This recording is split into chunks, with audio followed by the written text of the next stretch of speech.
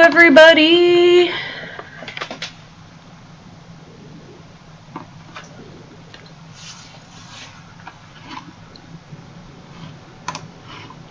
Let's see, do we have audio? I'm seeing audio. Let me go ahead and check real fast.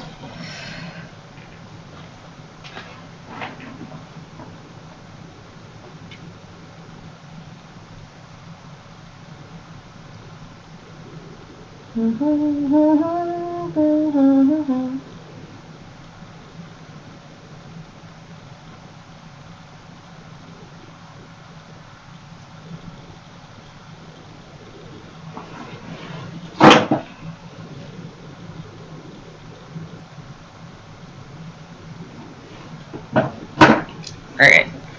Looks like we do have sound. Hello, everybody.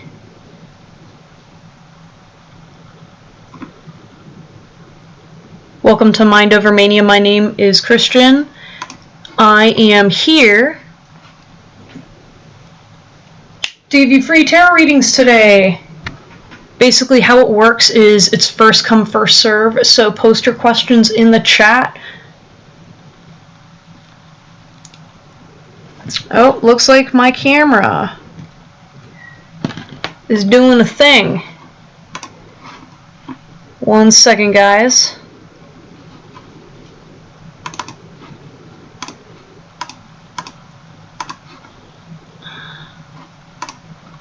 Okay, we should be back.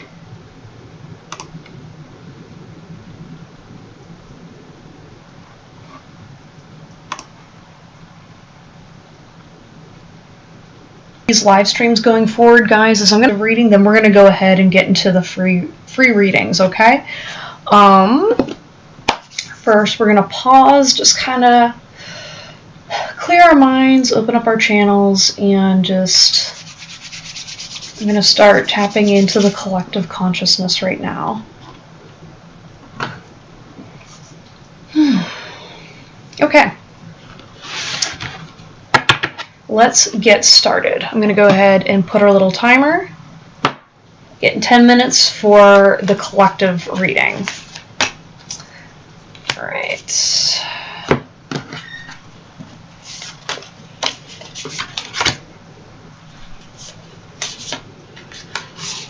Ooh. There's something going on with you guys' energy right now. Hey, Kathleen. Oh, I'm so sorry. Individuals after that, but I hope you feel better soon, girl. Yeah, I'm sorry that you've been crying. I'm sending you big hugs. Wow, leap of faith. Yeah, children. Okay. So, the messages I'm receiving with this collective reading, we have Kuan Yin. Alright, which is the goddess of compassion. I recognize suffering in order to release it. Curiosity breeds compassion. We've got the Knight of Pentacles in reverse. We have the Death card, and then we have death energy that's going on with everybody. Conflict. There's definitely an energy of like dreams that you were chasing that either failed or you feel like a failure as a result of it, or just not getting your way in a couple different types of situations, and it's causing just kind of this inner collapse that's forcing you to observe what it is that's actually holding you back and what are your true priorities. I'm looking at this Death card, and it's definitely this energy of not really knowing what's to come next, but also at the same time needing to let go of some negative self-beliefs, but also just letting go of a lot of different things, like letting go of people that are holding you back, letting go of a circumstance that was pressuring you to let go of something or someone. With this Knight of Pentacles catastrophe that happened. Maybe it was like a few years ago, or maybe it was more recent. Obviously take what applies, but there's definitely this energy of just financial stress and being a burden to certain degrees. It might not even be directly money either. It could also just be not having access to resources. You know, so maybe not being able to have access to stable food supply. Maybe you're having a hard time. I don't know. I got the vibe maybe someone's struggling to shower even just because they're depressed. or just not taking care of your parents in general. And I am seeing like a little bit of a divine masculine, you know, with like a temper. That could be either be somebody, you know, take what resonates, but that could be somebody in your vicinity as well that's causing stress or harm to you. However, the good news is I am seeing this leap of faith card. And this is just kind of a reassurance to somebody that if you've recently, you know, gotten off course or gotten off track, you can go back. And part of leaping with faith is trusting that you will get through whatever you've been through. It's definitely an energy of like, there's almost like a regret for being like, man, Spirit tried to lead me down this path, or I was trying to do something different, and why do I have to change in order for these results to come through? Why do I have to achieve something or be someone in order to receive the love I'm looking for? Or even it's just like something to do with a conflict, you know, you're sitting there kind of asking yourself, why am I going through this? You know, and so the leap of faith really has a lot to do with trust that even though things feel wrong right now, it's okay to let go of the situation right now and focus on the big picture.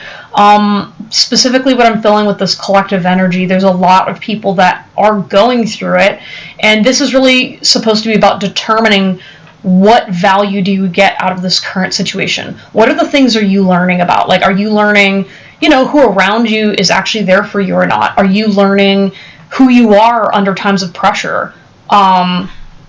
Are you becoming somebody different than you thought you were? And how are you years and years of pressure? And so this is kind of that same energy of suddenly realizing, oh shit, I have to try something else. I have to be somebody different in order to get through this. And it's hard and it's difficult for me. And you're learning about what your true limitations are. Children could also be a factor as well. However, I'm feeling this has a lot to do with either maybe sometimes we're acting a little childish, or maybe we need to get in touch with our inner child. Kind of take what resonates, because I feel like there's a couple different ways you can interpret this card, but it's basically this point, or this tipping point, where you're just saying, okay, where am I still needing to go the first time? So it's understandable that you're going to go through conflict. It's not going to be as terrible as you perceive it when you're looking at it from the lens of, you're not going to go yell at a child for not knowing how to do the dishes when they've never done them before. This is your first time going through either the circumstance or just not being able to overcome something, right? And so you should have the same patience with yourself as you would a child, as well as the people around you too. Because not everybody is able to advance the same way that you are capable of, and letting yourself go as part of that process isn't necessarily required. You know, like you can still be within your space and allow nice things to come through, you know? And then also with this Kuan Yin, the goddess of compassion, this card is really focused on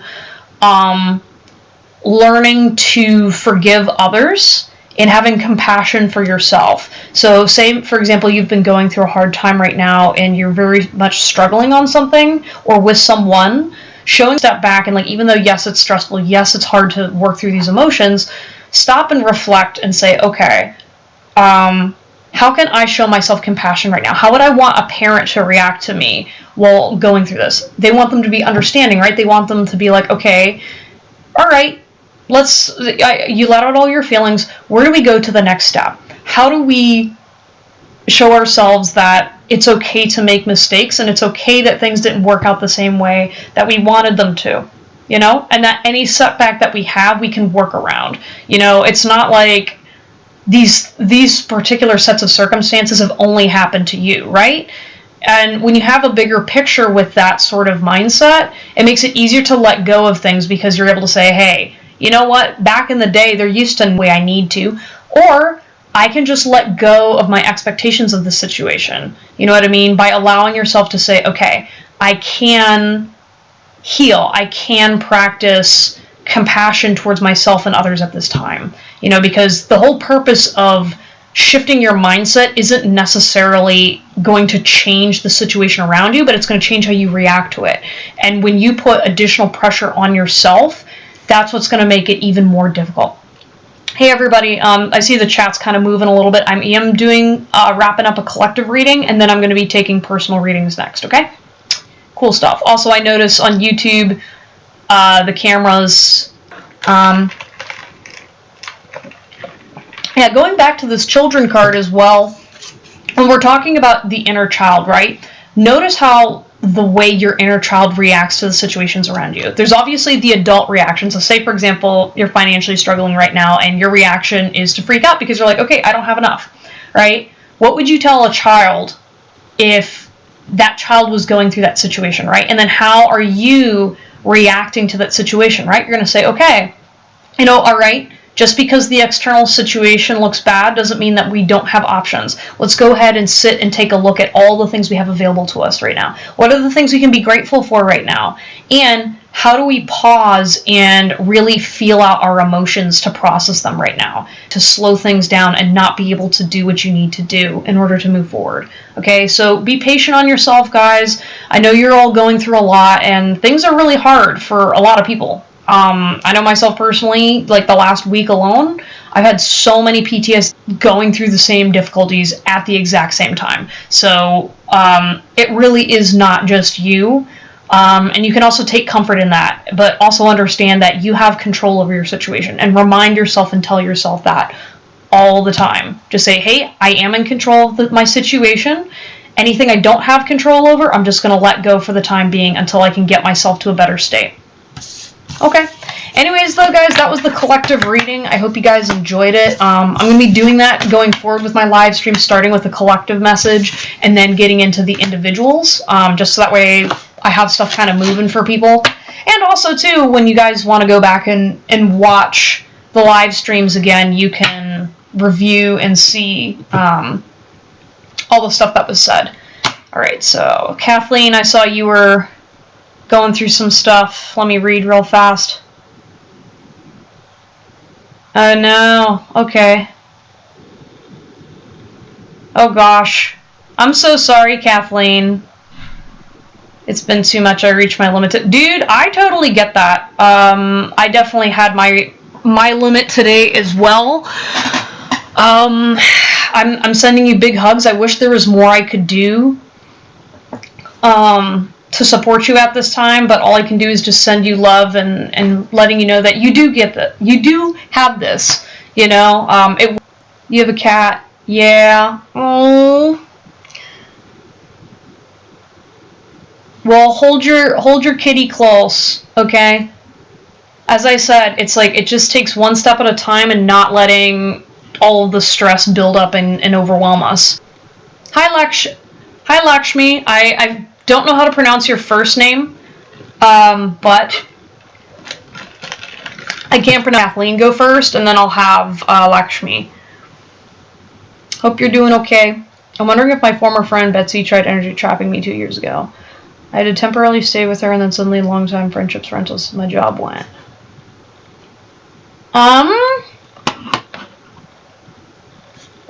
Sure, I can go ahead and ask about your relationship with the, like, intentionally energetically trapped you. I think there was just a timing factor here.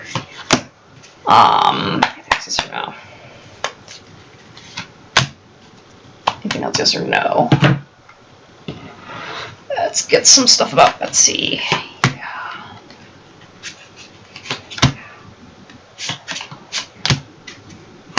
What's going on here with this energy?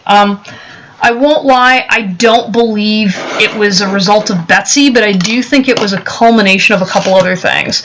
So you've got the Golden Mirror, passion in reverse, and then healthy choices in reverse. I do feel like there was a little bit of karma tied with this. I won't lie, Kathleen. I think there was some it was tied to your spiritual awakening. So I see like awakening here, and I feel like a lot of this was honestly pressure from the universe. You've got trust here, and then you also have obsession. Okay, so I do feel like there was an obsessive energy. So specifically with like your relationship with Betsy, I feel like the absorbed narcissist one-sided relationship. I feel like she was definitely taking advantage of your circumstances, and I feel like she's used to always getting her way. And I feel like she kind of treats people as though they're objects or tools, right? I don't think it's necessarily she does it consciously. I think it's a subconscious pattern with her. That, and she also has like belief systems that are very like toxic. So whenever you're like in a relationship with this sort of person, you're kind of always like at arm's length and within. It's almost like you feel like they're within reach, but you can't touch them. But they've actually been playing the long-term game of being like, all right, well, you're just like a pawn to like shift around and move, as opposed to, oh, I just saw your message about the feed cut out on the obsession card. Is it working now? Let me also see if I can...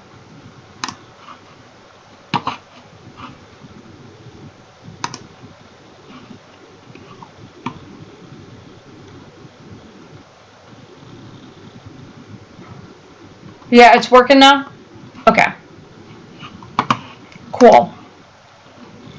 But yeah, for the obsession card, just to kind of backtrack a little bit, she definitely had a bit of an obsession over control in your situation. And, yeah, I think she just had a really hard time of letting go of things. Yeah, she did want ownership, because I definitely see some narcissistic tendencies. Not like the crazy toxic narcissist that you see depicted in social media. I'm talking like more of like a clinical narcissist where, you know, they have very low self-esteem. They're very much transactional with a lot of their approaches on things.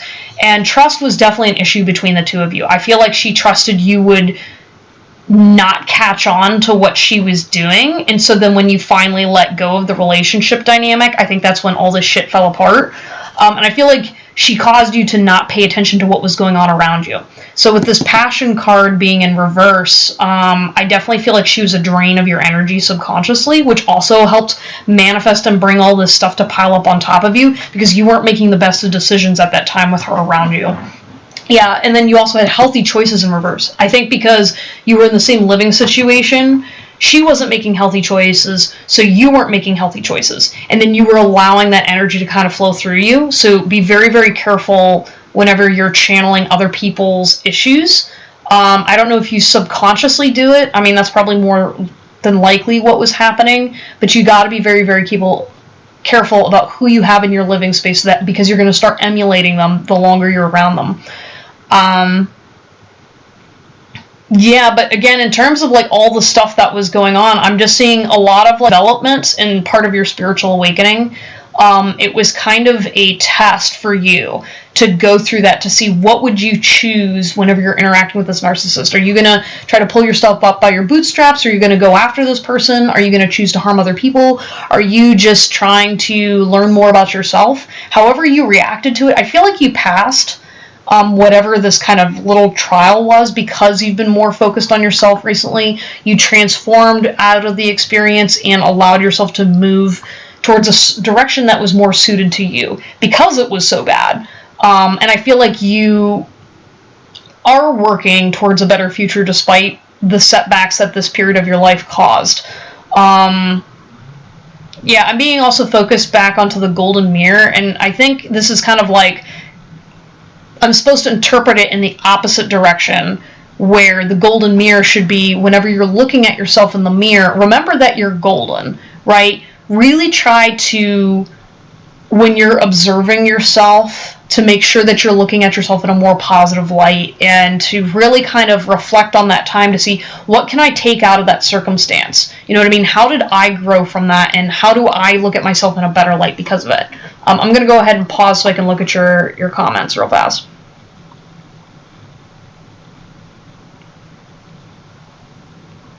Oh, wow.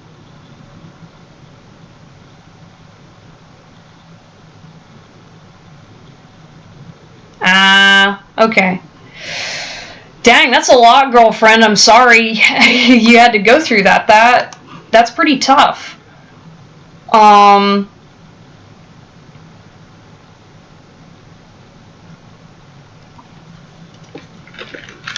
Yeah, wow.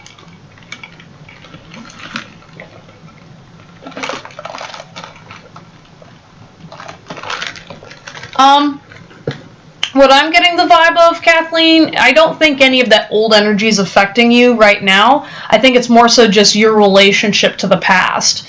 I mean, you could definitely benefit from cleansing the energy. However, I don't feel like he placed any long-term things on you, if that makes any sense. I don't know. I just feel like right now you should be focusing on your healing process and being like, all right, what piece of me is still hurt by this dynamic from the past, so that way you can take advantage of what you learned from it going forward, so that way people like that won't bother you. I feel like people like her husband are always going to be around and in your life, so how you treat yourself as a result of that and how much energy and time you put into that, I think that'll be significant. Yeah, sure. I mean, I was channeling there, but I'll pull a couple cards for you. Spirit, what does...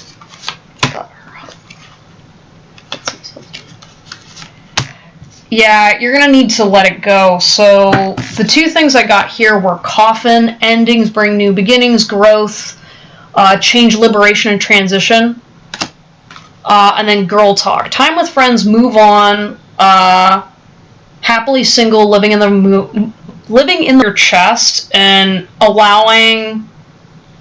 Okay, I'm hearing something about, like, allowing others in, you know, allowing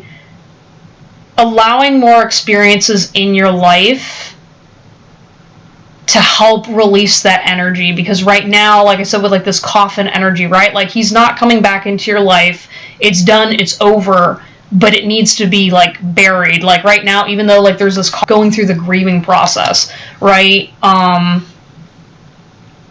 yeah, and then with, like, girl talk, I also feel like just make sure you're also, like, talking to others about what you went through. I feel like you've kind of had, like, a little bit of, like, a backlog where this person's energy, he, like, came into your life and just, he, like, sunk his claws into you, if that makes any sense. It's like he literally just was like, and it's like, it feels like his claws are still in you, but he's not there anymore. And so that's where, you know, there's that, like, that monkey brain, you know, that's, like, continuing to try to bring it back up to try to, and that's not your fault. However, it is something that, you know, by talking about it and being able to really focus on, like, hey, I gotta learn how to move forward from this because it's still affecting you.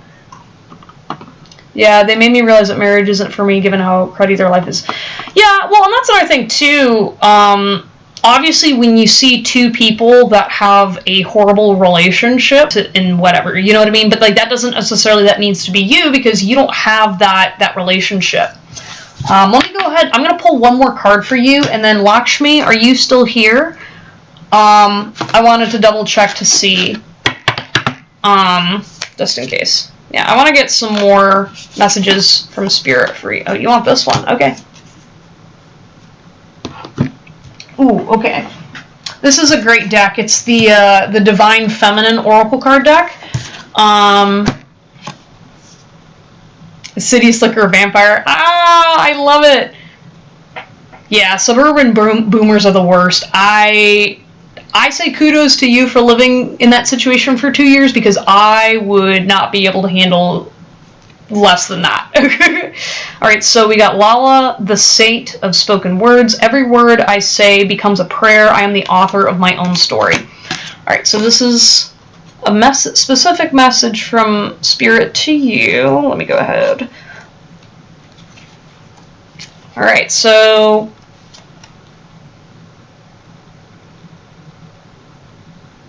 Alright, so to kind of give you some background of who this is, she embodies the potency and power of our words to create our reality.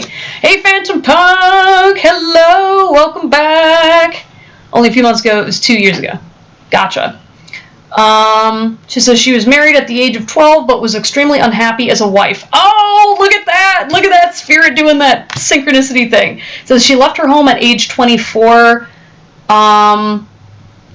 to take renunciation. She became a Shivite, a devotee of Shiva. She walked the streets naked, dancing and reciting her love poems to the divine, and she only wore the markings of her devotion to Shiva on her forehead. Let me get to the Oracle card message. It says, words have the power to shift our reality or to continue to reinforce it. Louise Hay, founder of the Hay House, turned... Okay. Fasting forward, it says, every word you say is an affirmation. This is perhaps one of the most crucial spiritual lessons to remember. If we are not separate from the soul, and if the soul is not separate from the divine, then we have the power to co-create our life.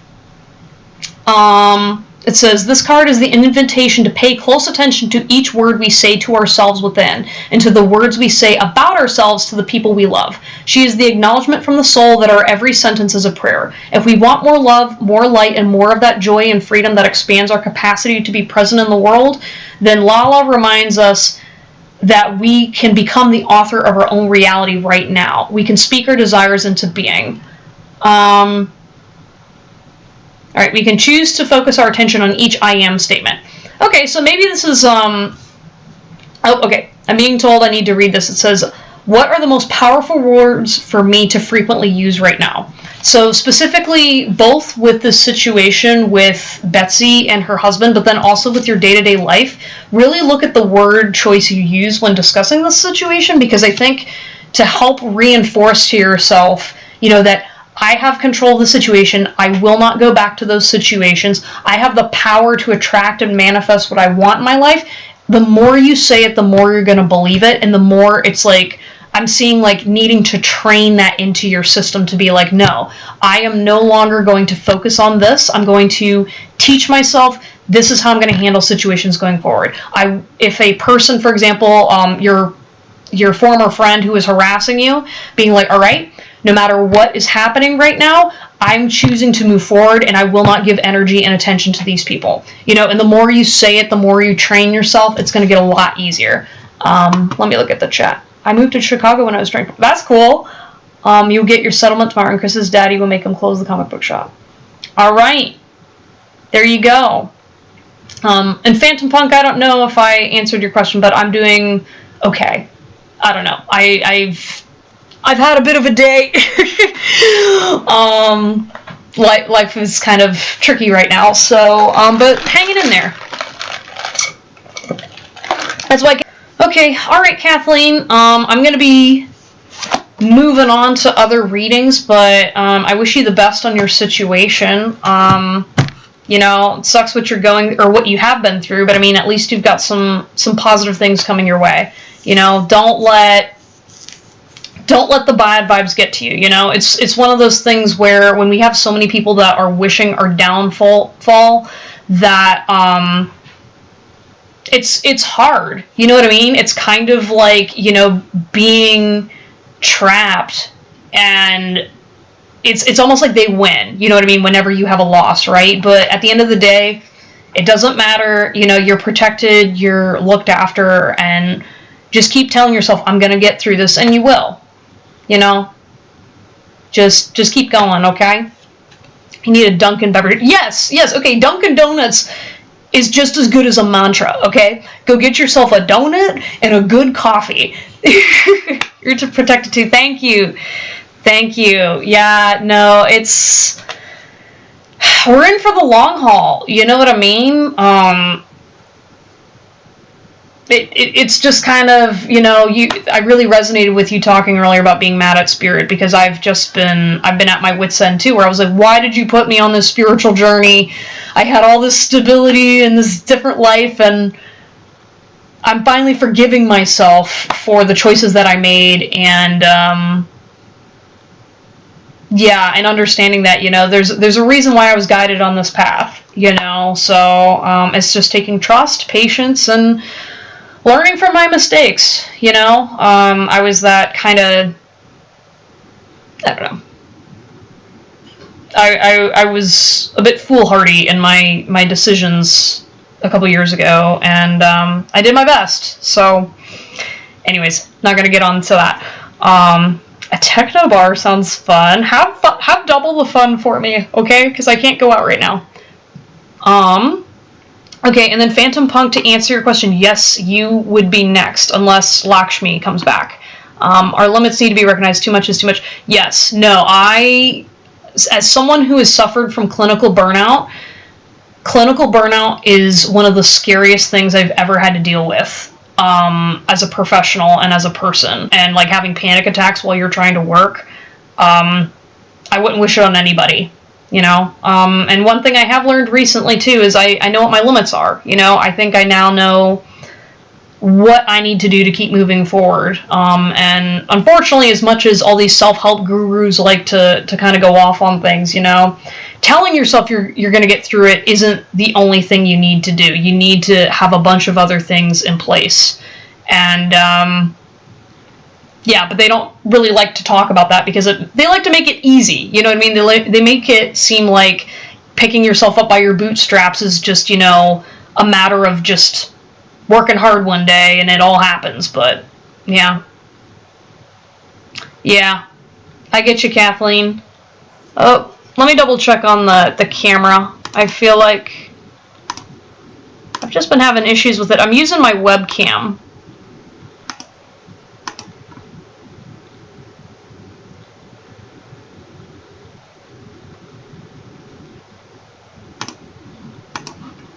Because the quality of the camera is better.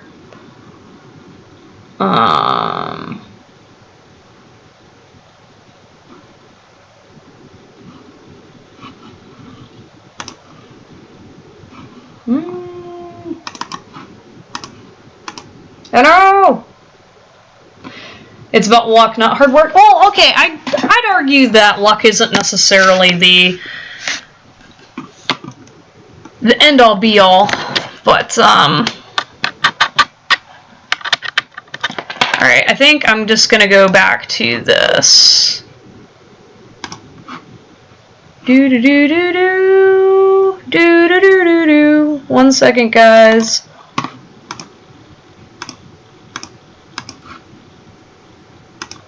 Oh.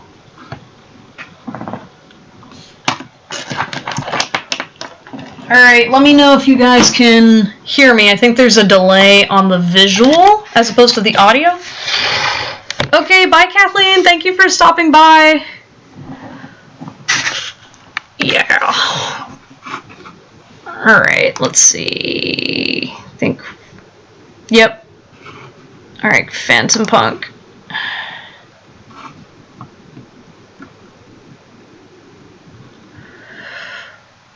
Okay. Man, oh man.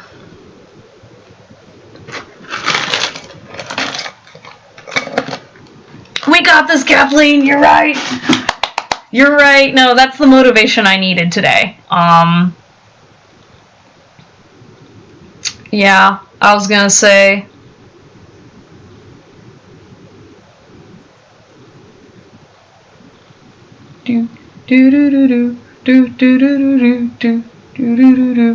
Alright, side note, for those that are listening, does anyone listen to Electric Callboy?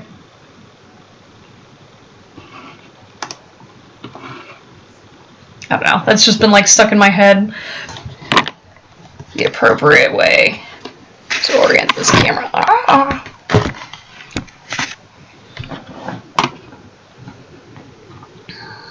Sorry, you're back. That's okay. Feel free to ask your question.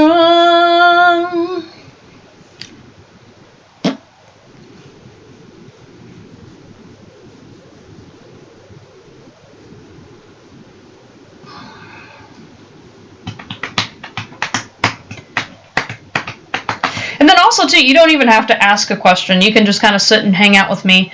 I'm kind of like, I'm debating if 7 p.m. is too early for doing these live streams. Because I do want to go for like 3 hours. But I also want to make sure people show up. Because usually it's not till around like 8 p.m. my time that people start like popping in. May I have a general reading on what's ahead for me soon? Yes! Slow texter? Nah, you're fine. You are fine. Okay. Let me get my little timer.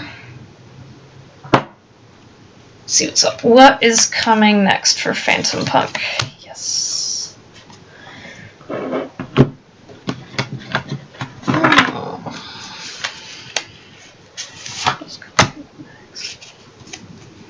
Oh, okay. Anything else you should know?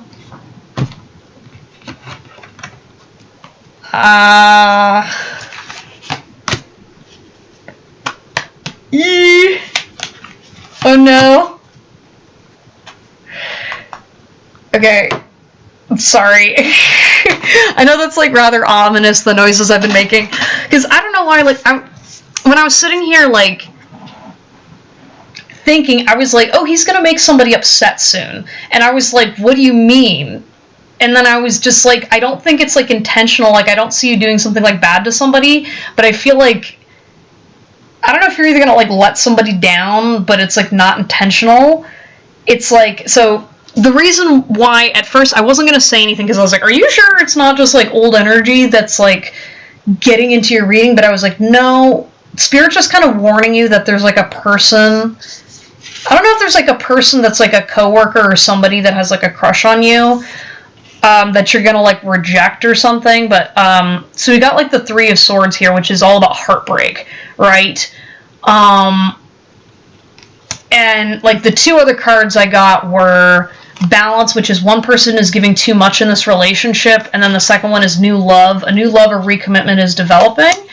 And specifically when I saw Balance and I saw one person is giving too much in this relationship, I don't know if there's like, I'm feeling like it's like a coworker, or I don't know, it's like this woman who's either been like trying to give you attention and you're not paying attention, or like there's just like someone, there's like a relationship in your life that may not even necessarily be romantic, but I feel like it's just kind of one-sided, where you're kind of just like, oh, I didn't even realize this person was feeling this way. Meanwhile, this person was like, oh my gosh, like, you know what I mean? I'm really like either enamored or like really want something from you. We've got the Star in reverse too. So the Star is usually like a very positive card, but with it being in the reverse, it's kind of like, yeah, I don't know. It's just kind of like a damper energy. You know what I mean? Might be your coworker. Yeah, does she have like blonde hair? Or she's like, I see her, she's kind of like short. Or she kind of gives like, I don't want to say like innocent coworker vibes. Like, yeah, I was gonna say, I'm just seeing like small, short, innocent coworker vibes, but she's really not that like innocent. It's more of just like, not like desperate. How do I put it? I need like good words, because I'm not like talking shit about this girl, because she means well. It's just she's kind of, this gentleman is not interested in you, but she kind of doesn't get it, or she's kind of just being like hopeful, or maybe hoping. Yeah, I'm like rubbing my hands and just kind of feeling like that, that kind of vibe of being like, well, maybe, whatever, and then getting annoyed whenever you don't like react to her advances or doing certain things. Like I said, like I don't think you're fully aware, or you're missing the social cues. Yeah, and so then we also got the Cosmic Egg, the Divine Feminine. I hold the universe within me, and I'm the force of the ever-expanding love. I think that's more about like you personally, you know, even though I do feel like you're a guy, there's definitely going to be you stepping into your femininity a little bit, which obviously looks different in a male-bodied form, but it's going to be coming more in the sense of some more just acceptance and kind of relaxing a bit. When I'm seeing that Balance card, I feel like you're going to be kind of releasing a couple dynamics in your life. They're not going to be like major changes, but it's going to be more of this like energy of, okay, I'm going to take a step back to see who actually like supports me. You know what I mean? It's like, obviously you're self-sustaining, right? And you know, I also see you as being like a generous person, but it's specifically going to be like a really small change that you're going to notice, where it's kind of like, say your family does like weekly or monthly game nights, right? This is just a metaphor, right? So take what resonates. But it's like you have monthly game nights and everybody comes over and you're always the one that goes and cooks the dinner, right, for everybody. And you make the same thing every year or every month. And then one day you're just like, oh yeah, I got sick, so I'm not able to prepare the food because I'm ill. And then you notice that, like, one, everyone's complaining about there not being food. Nobody steps up to make the food, or it's done last minute and it's done really crappily, and then everyone just gives you the stink eye. And then you kind of sit back and go, okay, was that really necessary? You know, so then you just kind of stop making the food, and then all of a sudden everyone's like, oh no, Phantom Punk, James Bond didn't come in and save the day. You're going to start, like, just slowly pulling back and kind of going like, oh, what was I thinking? Like, I don't know. It's kind of just that energy of you're going to start, like, balancing the scale a little bit, where you're like, okay, you know, like, because it is your family, obviously you are going to show up for them, but you are going to be in this new energy of being like, hey, I'm not going to stress or sweat if the family game night doesn't go according to plan. And people need to understand that I have boundaries and I have a bit more rules and structure when it comes to my life. You know what I mean? And, you know, ways to mitigating this would be like, hey, why don't you help me while I make this? Or maybe contribute some money. That's another thing, too, is I feel like you've either been, like, giving money to some people that, you know, again, you're used to being generous, and you've just been labeling it like, it doesn't matter, but then you're going to notice that these people have been kind of draining you financially for their own gain. And so you're just going to be kind of like, I don't really need to spend time with these people, or I can, you know, at least spend my money on people that are a little bit more grateful, or other people that are generous just like me. You know, I'm seeing that kind of correction coming. And then also, too, you just being more in balance and tune with yourself. When it comes to, like, femininity and the masculine, it's all about receiving, right? So that's technically what that feels like. But with guys, you know, that receiving energy is about being able to stay present in the moment. It's about being able to feel, like, enjoy the work that you've done. It's about enjoying the moment of giving towards others, and being a little bit more just, not loosey-goosey, but just kind of being like, okay, like, I'm actually doing this for the sake of the moment. You know what I mean? And I feel like, because, you know, sometimes you can be in your head because, again, you are an entrepreneur or have that kind of, like, go energy. So it's okay that you're not always in that receiving energy, but it's just going to feel more natural to you to just kind of sit back and be like, you know what?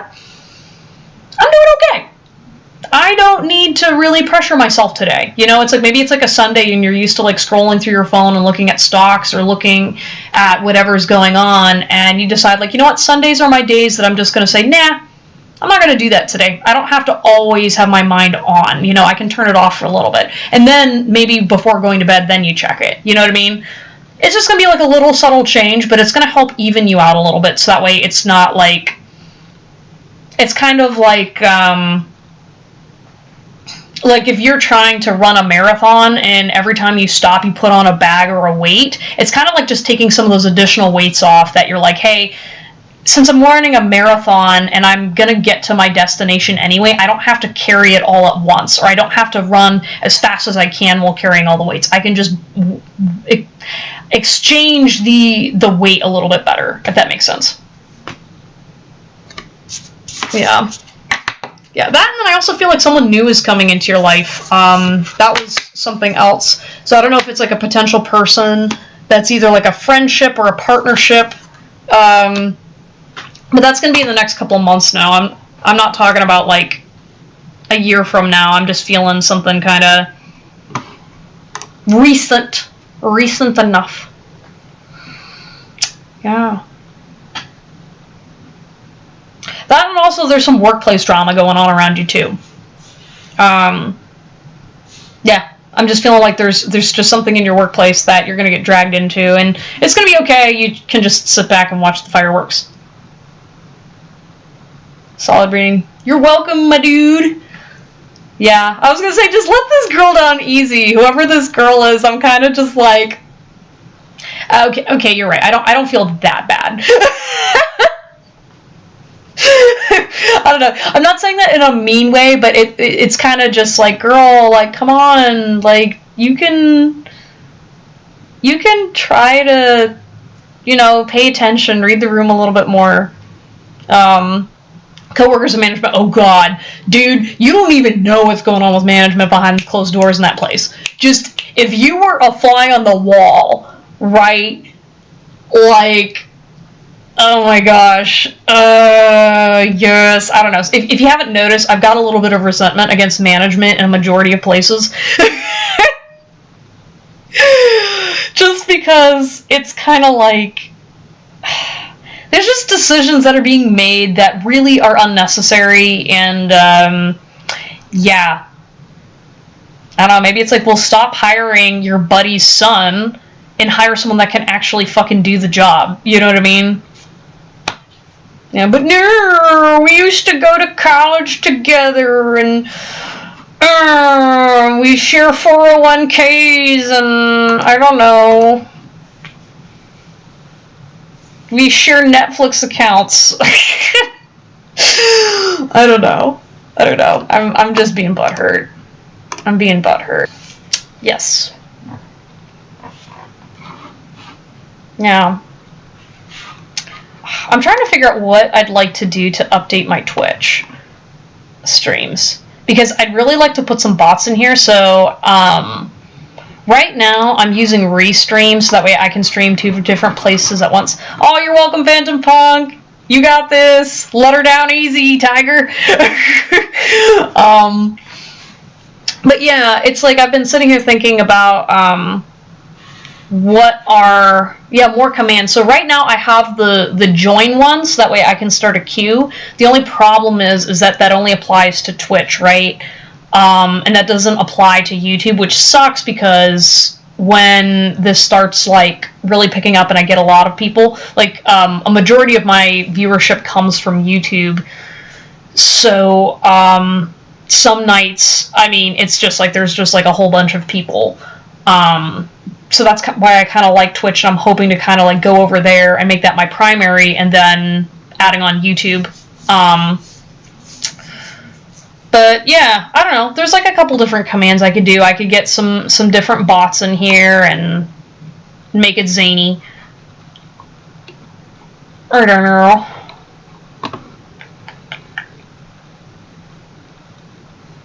Yeah, that, and then I've also been considering doing a couple different styles of tarot reading as well. So one live stream I really want to do. I'm kind of saving this until future readings, but I want to do tarot readings with Pokemon cards.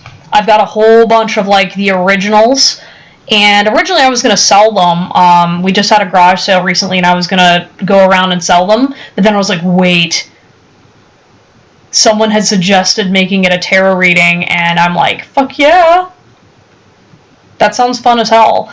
Now, how do you read tarot with Pokemon cards? I don't know.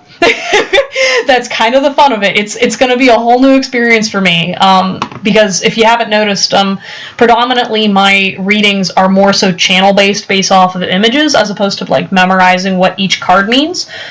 There's a lot of I don't know, there's a lot of interpretations for cards with tarot, and how I even got into this, I was just using cards to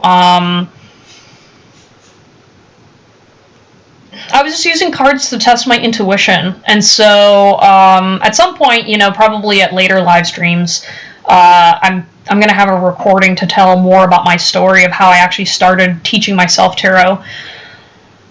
But yeah, like just learning how to work with intuition, I just have to let it flow. You know what I mean? And so with Pokemon cards, I'm kind of like, well, I could definitely look at it from the lens of astrology. I could look at it from the lens of the imagery, or like, what does this Pokemon kind of represent?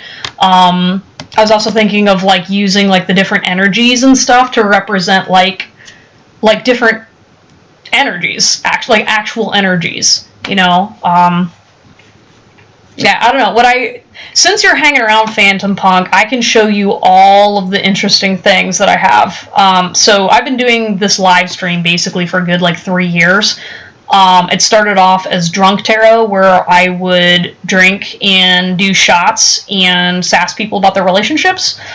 That's how it started, and so then eventually, you know, I got up to 150, or it's now up to 150, but I had, you know, quite a few subscribers for a while. And then I stopped doing my live streaming because life was happening. I couldn't keep a steady schedule. And now I'm trying to get back into it because now I professionally do tarot, and I've been doing readings now in Austin, Texas for over a year now.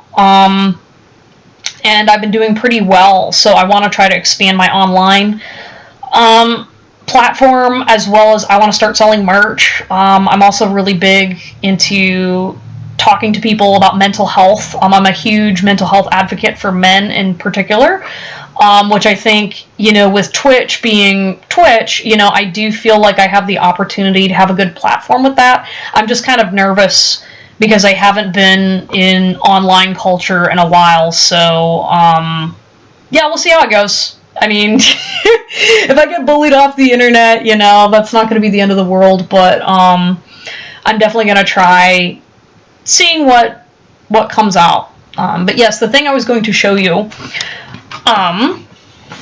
is I have my own custom deck that I made.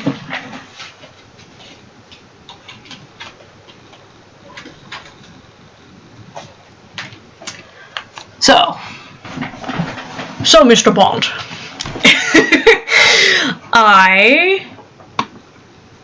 yes, one second, I'm looking at it. It'll work out, no worries. Yeah, no, I think so too, I think I just have a lot of nerves, because for some reason I noticed when I was doing readings on Twitch the first time, I just had like a whole different wave of energy than what I normally experience doing readings. And it was like weird because like, I don't know if someone like popped into the live stream, but there was like one time where I was, doing a reading, and I was suddenly thinking about how I was like, oh, she's not wearing any makeup or whatever, and I was suddenly just like, is this like an intrusive thought, or is someone like shit-talking me and I'm sensing it?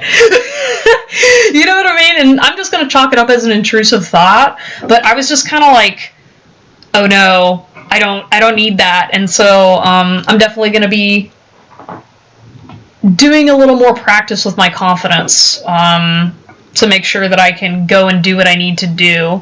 It's like, for me, it's dumb. You know what I mean? Because, like, in person, I'm like, I don't care.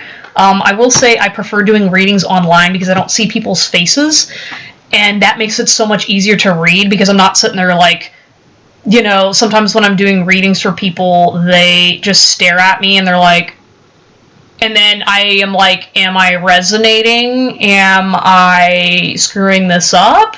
And then usually it's like at the end, then it always works out, right? But it's really hard sometimes in person because then also too, people think you're faking and whatever. And as obviously I don't know you, and I knew the hair color of your coworker, right? Like I just get visions of people and things. And if you become a repeat person, you'll notice that like I'm not always able to understand what the heck I'm seeing because it's real time, it's something that can sometimes be unpredictable. Yeah, and that's also too when it comes to like live streams, because I'm good at what I do, people oftentimes they don't have the same amount of grace too. Because if I'm doing something like in person, or I usually try to do a little bit more transition in my readings when I'm in person, so that way I can sit and I can channel, I can be very more focused, as opposed to this is just like, oh, I'm having fun, I'm trying to make it entertaining, while also at the same time doing readings, so it's kind of like, I have to put on a show at the same time. Oh yeah, what I'm doing is it's not easy, for sure. Hello, other people that are watching right now. The Chariot, hello, 211. Is one Ardash Mishra love Mansi Mishra?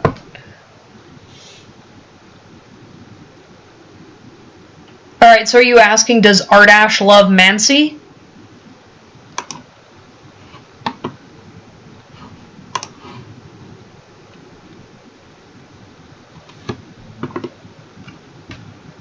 Sorry, I just want to make sure that I'm reading you right. But yes, Phantom Punk. So anyways, this is my deck.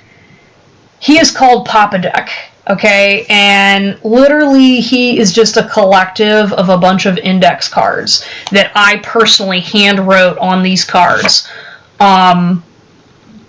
For example, like, you are respected by others, which I think that was a card for you, sir. But yeah, there's a lot of like nuances that I like to do with like my original stuff, because it was what was validating that my intuition was correct. That, and also because I'm a little bit of a shithead. I have like a lot of weird ones. Like, I've got putting them rose-colored glasses on, party on. Yeah, I've always wanted to make my own deck. So that's going to be one of the goals when I start making money with this more full-time. Alright, Chariot, I'm going to go ahead and pull some cards for you. I didn't forget about you. Alright, so does Ardash love Mancy? Ooh, okay. I'm not gonna lie, I feel like there's just some drama going on with this connection. Alright, no problem, Phantom Punk. Have a great rest of your evening. Okay.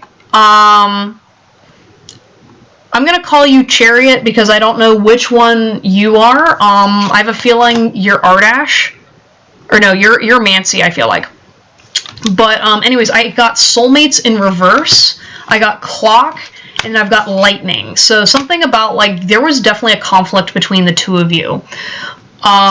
Where these two people were having a hard time with your communication, right? You're sitting there being like, oh, does this person like me? However, I feel like you guys mutually respect each other. You guys have mutual feelings. However, the Soulmates in reverse card tells me that there was a huge reluctance on the Divine Masculine side. Like, I have a feeling like the Divine Masculine in this dynamic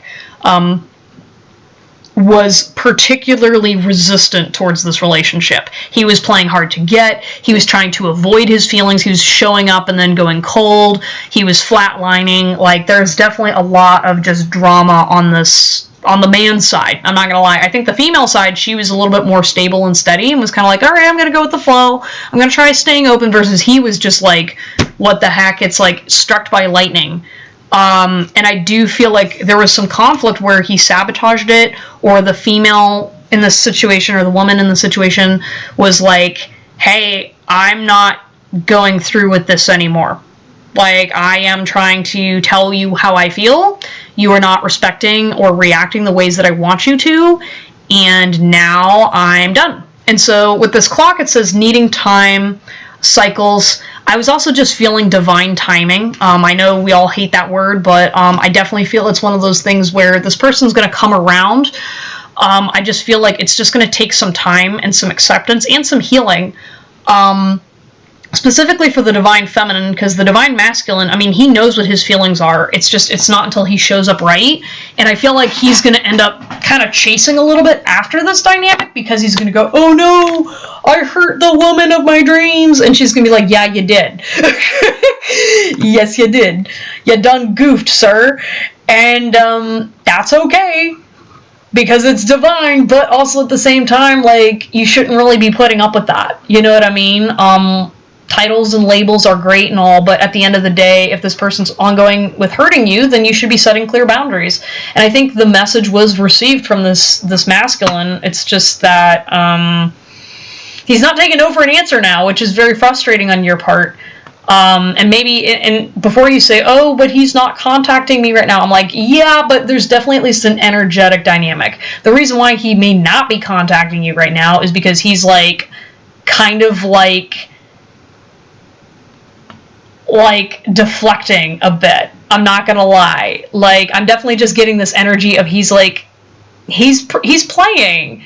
You know what I mean? Like I said, like, the Soulmates in reverse, I'm like, this guy, normal, like, girl, I will tell you if this guy doesn't like you. And this dude, he's just playing games. He's playing with your heart. He's playing with his own heart because his mind's getting in the way. And I don't know if he used to be a player or like, no, okay, this is a little worse than that. It's one of those type of guys that thinks he's a player, but he's just playing himself. You know what I mean? Like, it's one of those where he's trying to come across as cool and cocky when really he's just kind of being a jerk. You know, sorry, I'm talking a little smack, but you knew this, and I think it was okay to play along with for a little bit, but now you're kind of like, no. And then he's going, oh no, I lost the person, And he's pretending that's not the case, but like the more you show up in your authentic state, the more this person's gonna follow suit. Yeah, I don't know. Like I said, like you're saying twin flame. I feel like it's more of a soul connection. That you guys do mirror each other. There is a difference, but at the end of the day, who really cares? Because the issue still stands. There's just trouble in this dynamic where you're pushing and pulling back and forth, and it's just not worth the time and energy. You know, so like as you learn to step into your power and into your space, it's going to get easier to move forward away from this person and more towards yourself. And even then, I don't feel like you're going to move away from them. You're just going to move more towards yourself, if that makes sense. And then they're going to come into alignment in their own way. Like I said, I feel like maybe you broke things off suddenly, or he's just suddenly realizing, oh shit, she's the one. I don't know. I feel like there's like been a little collective shift with that. Okay, we've got heart with a key. And then we've got photograph in reverse. Looking at photos, missing you, nostalgia. Yeah, he just doesn't want to admit that he cares. Oh, this is so frustrating. I'm sorry. This is frustrating. Yeah, heart with a key. You know, it's like welcoming love, meeting the one, opening your heart. You know, your spirit guide team's just saying, like, it's okay to keep your heart open at this time. And I want to be very, very specific when I say keeping your heart open. Because when I say keep your heart open, I'm not saying go run into his arms, right? I am not saying that at all. What I am saying, though, is like when you have an open heart, it's kind of like going outside and doing this and waiting for the birds to sit in your hand, right? You know, you're not out there trying to grab the bird. You're not out there doing whatever. You're just going to be like, okay. You know, and sometimes other birds are going to come in the way. You know what I mean? It's kind of like being open towards love of all kinds and all experiences, and to just not let yourself close inward while you're dealing with this dynamic with this person, if that makes any sense. I feel like everyone gets confused by that when you hear open heart, because it's like, oh yeah, you know, just let this person come and go. No, that's not at all what we're saying. And specifically, this man needs to learn the lesson that because you have such an open heart and a big heart, showing him that you can maintain this sort of energy and it not be influenced by him, I think will be a very important lesson for him. You know, definitely somebody that needs a reality check in terms of how they go about dating. And, yeah, and just how he's kind of using you and your energy and your time, you know. Definitely from frustrating energy, Chariot. Let me go ahead and pull some more cards to get some... Let me get you some guidance from Papa Dick. Alright, so here's actually an interesting card. It says, you won't hold space for my truth. Okay, and so this may be a question for you to be asking yourself, you know, because in what ways are you not holding space for this person's truth? Okay, in what ways are you kind of in denial of how this person's treating you? How are you reacting to his energy? Are you able to admit that this person's not ready for you yet? Are you able to admit that, yeah, this person's dynamic has harmed me, and I'm not going to allow that from him, but I can still hold love and space towards this or loving energy towards this person and hold space, but just not be influenced by his decisions to choose to come towards me or not. You know, this is kind of like advanced level heart space stuff. So good on you for being able to come this far. And I feel like you're very, very mature.